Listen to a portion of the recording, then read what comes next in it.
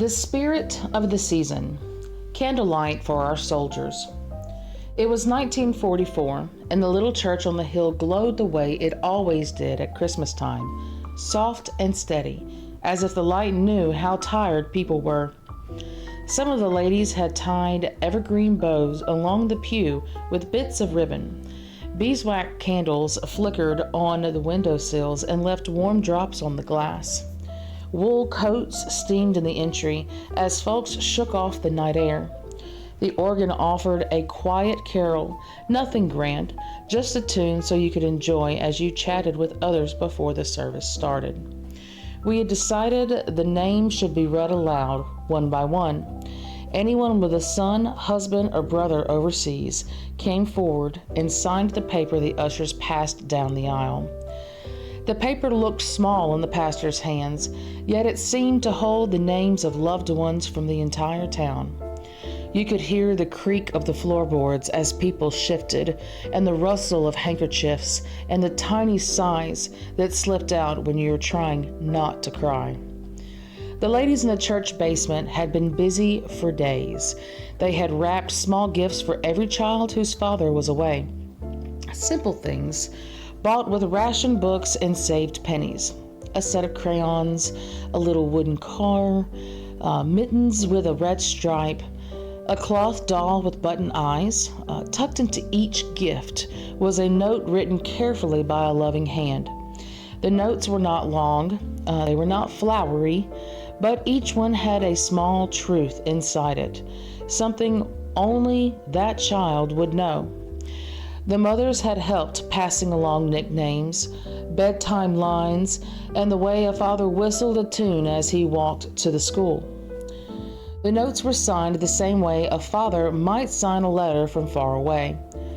When the pastor finished the reading of the names, the candles were carried down the center aisle, one light touching another.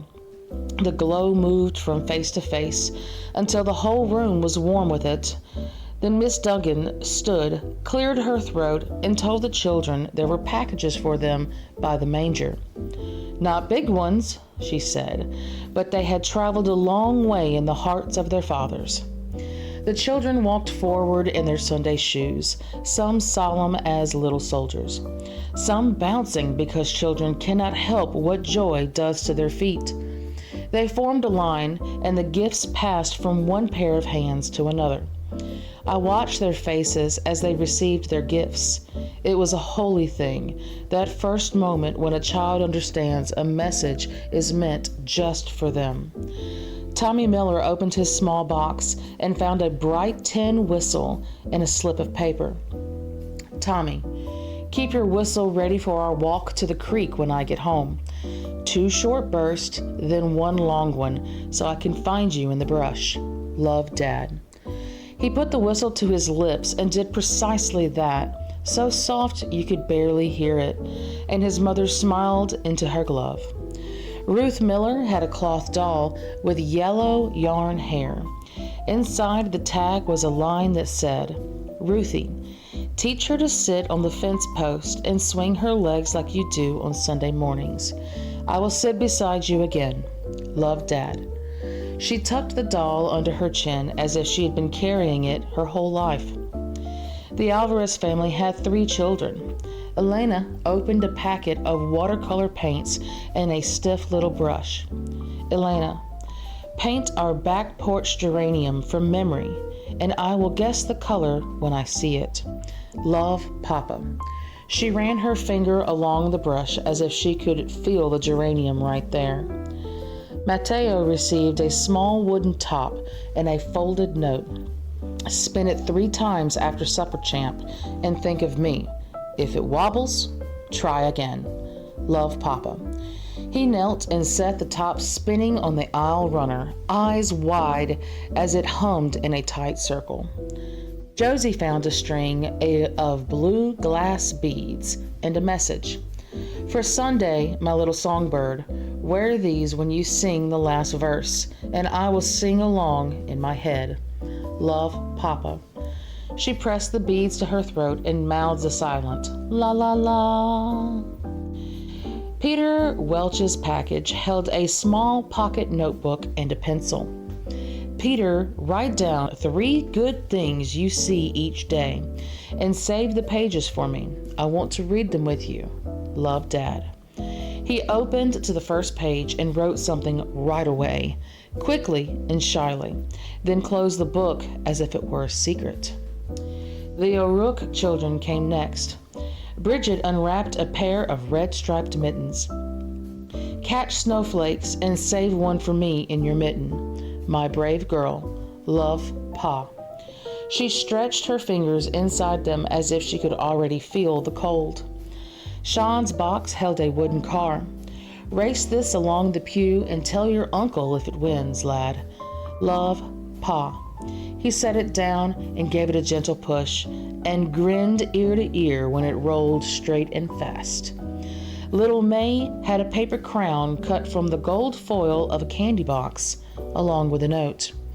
Queen of the kitchen, keep my seat warm by the stove and test the cocoa with the tip of your tongue. Love, Pa. Miss Duggins slipped the crown on May's head and gave a curtsy which made everyone laugh through the tears. The Johnsons had 3. Leela received a small sewing kit and a heart-shaped button. Stitch this on your blue sweater, Starshine, where my hand rested last. Love, Daddy.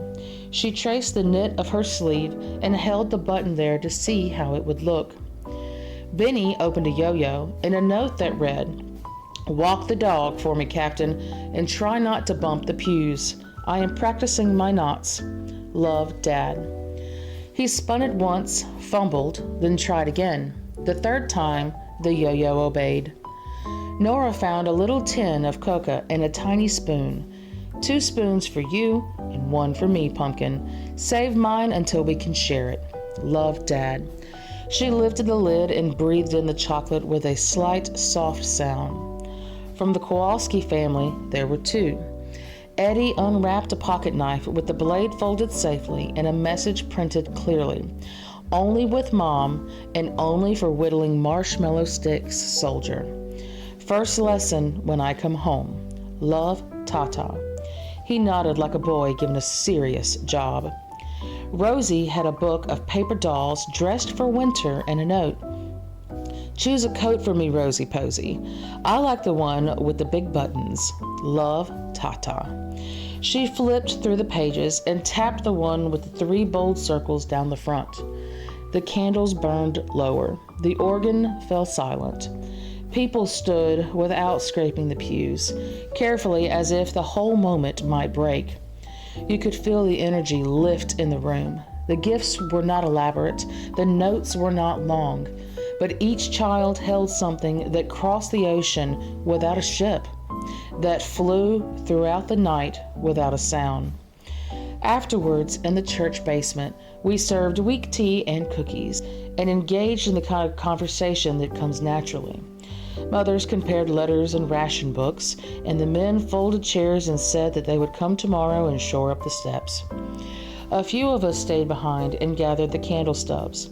I watched the children study their notes the way you study a map, tracing a path from here to there. When we finally locked the doors, the snow had started. The children tucked their packages inside their coats, and the mothers held their chins a little higher. The night was still the night, and the war was still the war. But a small mercy had reached us. Love had found a way to sign its name. Merry Christmas from the Paawz house. See you tomorrow.